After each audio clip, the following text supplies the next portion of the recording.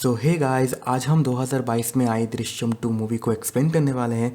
और अगर इस मूवी की रेटिंग्स की बात करें तो इसे IMDb ने 8.5 आउट ऑफ 10 में से दिए हैं। तो रेटिंग्स के मामले में इस मूवी को बहुत अच्छी रेटिंग्स मिली है। एक्सप्लेन शुरू करने से पहले अगर आप मेरे इस चैनल पर नए हैं तो मेरे इस चैनल को ज़रूर सब्सक्राइब कर देना, ताकि आप मेरे इस चैनल के साथ जुड़े रहें और जिससे मेरे चैनल पर आगे आने वाले हर वीडियोज़ को आप सबसे पहले देख पाएंगे। तो गाइस, मूवी की शुरुआत में हम देखते हैं टोनी भाई नाम का एक गुंडा होता है जो कार में किसी का इंतज़ार कर रहा होता है। तभी वहाँ पर डेविड नाम का और एक गुंडा आता है हाथ में बैग लेकर, जिसमें नशीला पदार्थ होता है। और वह बैग टोनी भाई के हवाले करते हुए डेविड कहता है कि वो अब ये काम छोड़ने वाला है, क्योंकि उसे अपनी फैमिली के साथ रहना है। ये सुनकर टोनी भाई बहुत ज़्यादा गुस्से में आ जाते हैं और उन दोनों में हाथापाई शुरू हो जाती है। और इस लड़ाई में डेविड के हाथों टोनी का मर्डर हो जाता है। और तभी वहाँ पर पुलिस आ जाती है और वे डेविड के पीछे पड़ जाते हैं। डेविड किसी तरह वहाँ से भागने में कामयाब हो जाता है और एक कंस्ट्रक्शन साइट पे जाके छुपता है, जहाँ एक बिल्डिंग की मरम्मत जारी है। और उस समय रात के करीब 3:30 बज रहे होते हैं और डेविड देखता है कि उसी बिल्डिंग में एक बंदा होता है जो कुछ दफना रहा होता है। और जब वो बंदा अपना काम खत्म करके बिल्डिंग से बाहर आ ही रहा होता है तो हमें पता चलता है कि वो बंदा और कोई नहीं, विजय सलगांवकर ही था। और डेविड उसे देख लेता है बिल्डिंग से बाहर आते हुए। और उस टाइम डेविड के पीछे पुलिस पड़ी थी, तो वो वहाँ से अपने घर चला जाता है, लेकिन पुलिस वहाँ भी पहुँच जाती है और डेविड को पकड़ लेती है। और अब कहानी साथ साथ आगे बढ़ जाती है और हम देखते हैं कि विजय एक बहुत बड़ा आदमी बन जाता है। जिस विजय सलगांवकर के पास पहले एक केबल ऑपरेटर की ऑफिस हुआ करता, अब उसके पास अपना एक खुद का मूवी थिएटर भी है। और हमें पता है कि विजय को मूवी देखना कितना पसंद है, तो वह अब एक फिल्म भी प्रोड्यूस करना चाहता है, जिसकी वजह से वह इन दिनों मूवी की शूटिंग को लेकर थोड़ा बिजी है। एक दिन सुबह विजय के पड़ोसी शिव और जेनी झगड़ रहे होते हैं। एक्चुअली दोनों हस्बैंड वाइफ है। शिव शराब पीने के पैसे के लिए जेनी को मार रहा होता है और ये सब विजय की पत्नी देखकर विजय को कहती है उन्हें रोकने के लिए। विजय जाकर उन्हें रोकता है और जेनी से कहता है पुलिस कंप्लेंट करने के लिए अपने पति के बारे में। 7 साल पहले हुई घटना के बारे में लोग आज भी विजय के पीठ पीछे बात करते हैं और विजय को ही दोषी मानते हैं और उसे क्रिमिनल कहते हैं। उसके बाद हम देखते हैं कि विजय अपने ऑफिस में बैठकर काम कर रहा होता है और तभी वहाँ पर सैम के पिता आते हैं विजय से मिलने। और वो विजय से कहते हैं कि वे हर साल सैम के बर्थडे के दिन लंदन से इंडिया आते हैं सैम की विधि के लिए। और पंडित जी का कहना है सैम की आत्मा को शांति तभी मिलेगी जब उसके अस्थियों को बहाया जाएगा। तो इसीलिए वो विजय से रिक्वेस्ट करते हैं कि वो बता दे कि सैम की बॉडी कहाँ है, लेकिन विजय उन्हें कुछ नहीं बताता और सैम के पिता से जाने के लिए कहता है। उसके बाद हम देखते हैं कि विजय अपनी फिल्म की कहानी के राइटर से मिलने आता है। उसके पास जो कहानी है वो तो दमदार थी, लेकिन उस कहानी का जो क्लाइमेक्स है ना, वो विजय को पसंद नहीं आ रहा था। तो उसके पास कुछ आइडियाज़ होते हैं, तो वही सुनाने वो राइटर के पास गया था। उसके बाद हम देखते हैं कि विजय एक चर्च में जा रहा होता है और वहाँ एक आदमी से मिलता है और उसे कुछ पैसे देता है। और उनके बातचीत से ऐसा लगा कि वे बहुत अच्छे दोस्त थे। उसके बाद हम देखते हैं डेविड को जेल से बाहर आते हुए, और वो जेल से बाहर आते ही तुरंत अपने फैमिली से जाकर मिलता है और उसे पता चलता है कि उसकी फैमिली बहुत प्रॉब्लम में है और उसका जो बेटा है वो पैसों की प्रॉब्लम की वजह से स्कूल नहीं जा पा रहा। ये सब जानने के बाद डेविड अपनी पत्नी से कहता है कि वो अब सब कुछ ठीक करेगा जो भी उसने खराब किया है, और ऐसा कहकर वो वहां से चला जाता है। उसके बाद सीन चेंज होता है और हम देखते हैं सैम का विधि चल रहा होता है और पंडित जी सैम की माँ से कहते हैं सैम के बारे में कुछ कहने के लिए। और तभी सैम की माँ कहती है वो उन लोगों को कभी माफ़ नहीं कर पाएगी जिनकी वजह से सैम आज इस दुनिया में नहीं है। उसके बाद हम देखते हैं विजय एक बार में बैठकर अपने दोस्त के साथ पी रहा होता है और वे लोग फिल्म की स्टोरीज के बारे में बात कर रहे हैं। और तभी उसका फ्रेंड कहता है अगर हमारी फिल्म की कहानी चोरी हो गई तो क्या होगा। तब विजय कहता है ऐसा कुछ नहीं होगा, मैंने पहले ही इस कहानी का बुक पब्लिश कर दिया है, जिसकी वजह से अब हमारी कहानी कोई चोरी नहीं कर पाएगा।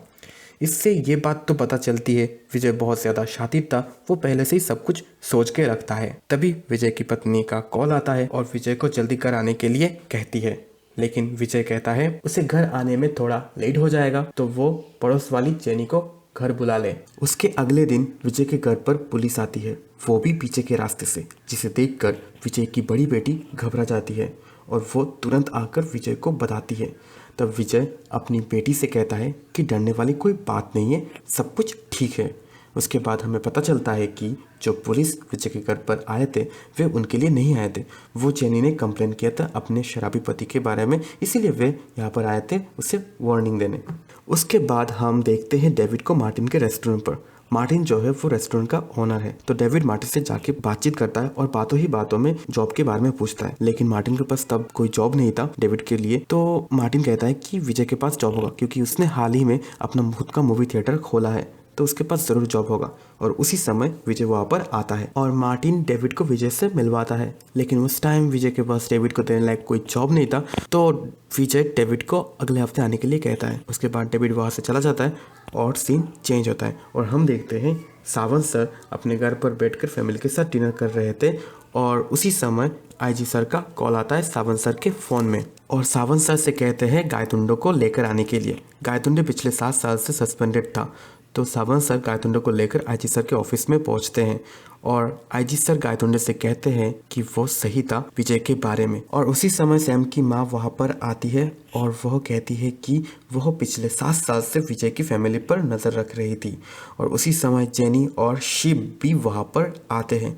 एक्चुअली में दोनों पुलिस ऑफिसर होते हैं जो सैम की माँ के कहने पर विजय के पड़ोसी बनकर गए थे उन पर नजर रखने के लिए। प्लान के मुताबिक जेनी विजय की पत्नी की बहुत अच्छी दोस्त बन जाती है और एक दिन बातों ही बातों में विजय की पत्नी जेनी को ये बताती है कि विजय ने ही सैम की बॉडी को कहीं पर शिफ्ट किया है और जेनी ये सब रिकॉर्ड कर लेती है, जिसकी वजह से पुलिस फिर से इन्वेस्टिगेशन शुरू कर देती है उस रात विजय को किसी ने देखा है या नहीं। और अगर जो कोई भी उस रात विजय को देखा है और अगर ये इन्फॉर्मेशन पुलिस को देगा तो उसे इनाम में 5 लाख रुपीस मिलेंगे। ये बात पुलिस ने पूरे शहर में फैला दी और जब इस इनाम के बारे में डेविड को पता चला तब उससे याद आता है कि उस रात विजय को ही उसने देखा था इसी पुलिस स्टेशन पर कुछ दफनाते हुए। और ये बात जाकर डेविड पुलिस को बताता है क्योंकि उसे उस टाइम पैसों की बहुत ज्यादा जरूरत थी अपने फैमिली के लिए। उसके अगले दिन ही पुलिस स्टेशन पर खुदाई का काम शुरू हो जाता है और इस बात का पता जब विजय को लगता है तब विजय बहुत ज्यादा घबरा जाता है क्योंकि अब विजय को ही पता है